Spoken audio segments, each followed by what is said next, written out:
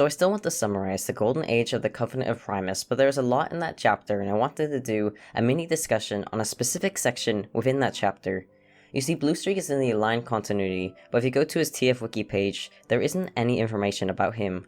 Well, maybe I'm about to change that because I have a good touchy-feely summary for you that I consider to be the most emotionally written scene in the Transformers Prime lore book.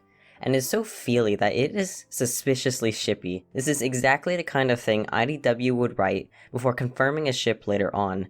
It's the kind of thing that if one of them were female, no one would be in doubt that things are a little romantic in here. But see, the thing with the aligned continuity is that it doesn't focus on romances, and the entire continuity, from every cartoon, comic, game, and book in its universe, there is only one confirmed Transformers couple, Megatronus and Solus Prime. And we know that for obvious reasons. Alpha Trion says that they loved each other, they are physically affectionate, and even Solus herself tells Megatronus that she loves him. So Transformers Prime only teases interest in other characters, but you can't take any of them as canonical romantic crushes. The same goes for what I'm going to summarize, but this is just really pushing it beyond what anything in Transformers Prime set up. Firstly, Prowl and Bluestreak are set up as very close friends who understand each other. Alpha Trion describes them as very familiar with each other's mannerisms. Bluestreak is an excited engineer and gets super babbly when he starts talking, but Prowl is the calm one who taps his arm to quiet him, and Prowl has to translate when his friend nerds out. IDW fans know Prowl is an asshole, and he actually is too in the other line books.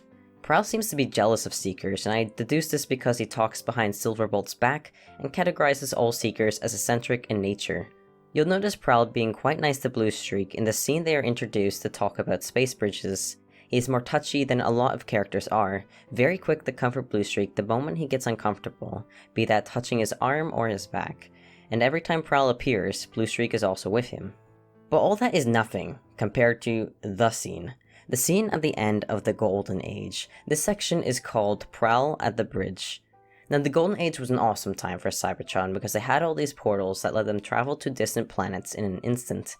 Cybertron had established over 200 colony worlds, so Cybertronians could visit these places, live there even, and get all these resources.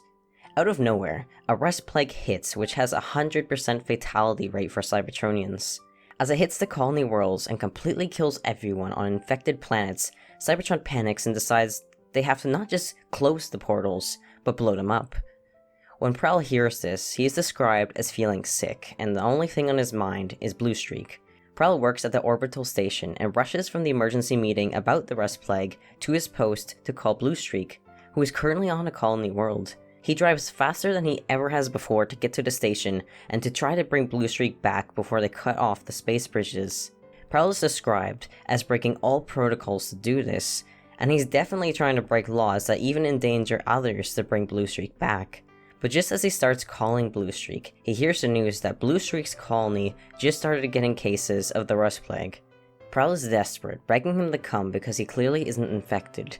Prowl claims that if Bluestreak comes through right now, he'll erase evidence of the colony teleport, and they can even run away together if they get caught. That's right, lawful Prowl wants to break the law and run from prosecution just to get Bluestreak home safe. Bluestreak still refuses, and Prowl is described as feeling quite saddened by his tone. It says that he doesn't need Bluestreak's words to understand him, but he always enjoyed listening to Bluestreak rant on and on because it made him happy to hear him. Prowl misses that excited chattering so much already that he's unable to speak from the pain. Bluestreak says they're trying to isolate his town and it might work. Prowl asks Bluestreak to hop over to Cybertron right now and they can discuss the right and wrong of it later. Prowl actually has a portal open for him right now, and apparently that makes Prowl able to be punished with execution for disobeying Sentinel Prime's order. Prowl is actually putting his life at risk to do this. But it's time to destroy the portals, and Ironhide walks in. He doesn't rat out Prowl and knows immediately without being told who Prowl is talking to. Bluestreak says that he has the order to blow up his end of the space bridge as well, and he tries to remind Prowl that both of them value duty, law, and order. Prowl just can't talk. He's choking up trying to think of the right final thing to say because he's thinking Bluestreak will be left to die a horrible death. He believes that he should have said this right thing sooner, instead of taking their time together for granted, bickering too much as well.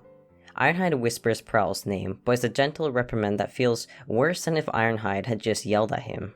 Prowl starts entering the commands to blow the space bridge, but tells Bluestreak, "I'm going to miss you." To which Bluestreak says, "You too."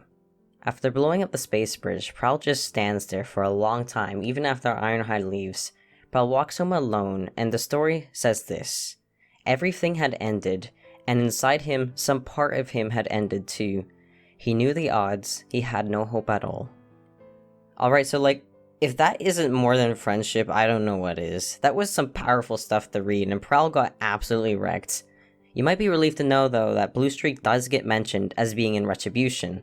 So he seems to have survived, and if you want to try to explain his presence on the Ark, you might say that they picked up surviving Cybertronians off that planet in the Ark when passing by. And now that you know who Bluestreak is, if you see him in my writing, you know where I got it from.